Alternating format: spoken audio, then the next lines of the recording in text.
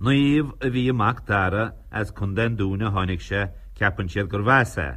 Tá tobar Victara a necinn temple, síosbait in sa leic bhla chrucháine sa ar Ileán atá sé, ní léon chúnaínis in Ileán Victara cruanna cara.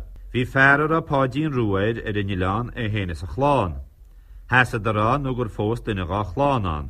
Bhí leagoltas in Ileán máisiún ag pádín rua, thug sé gan bhacha fósa. Dána má caileanach leis héin in Ileán Victara. In san am sin ní ra mórán le gá bó ag gé neara níar a sainneach, agus bhí 16 bheithí bhaine ag pádín rua in Ileán Victara. Ba dhéon túdar a bhí leis sin le fés in Ileán le haid sírú. Bhí 6 punt ar a tunagann cheilp lena lín, agus ní rá an lá nach ra sean an gá dhéana i séasú na femuine.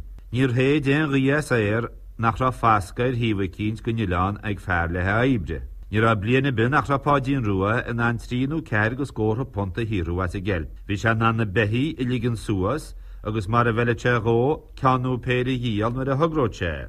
Fuiire cheappa chláán ar bheith náte a bheith hán ní buide, go mu dheáile prísún a bheith Ileán mara. Bhí fellim bheith gáidíal a gil chiaráin, agus ceanidarí, agus dágad ar cruanna cara na nia. Agus an láid i míad as, nó go bhfuid ar bás, agus níor bhlianta fada sin, bhíidir a titim siaran sa chuile hórt, chaile ar a sláinte as a deire agus caiúiad. Ní réitin tílob nuair a dágad ar an tá na nia a grúanna cara. Bhíoch na seandaine rá go mu donan rud a nimar go bhuaid is seanach go lé. Ní réanana na chúna ar in Ileán ó de míidir seo heas.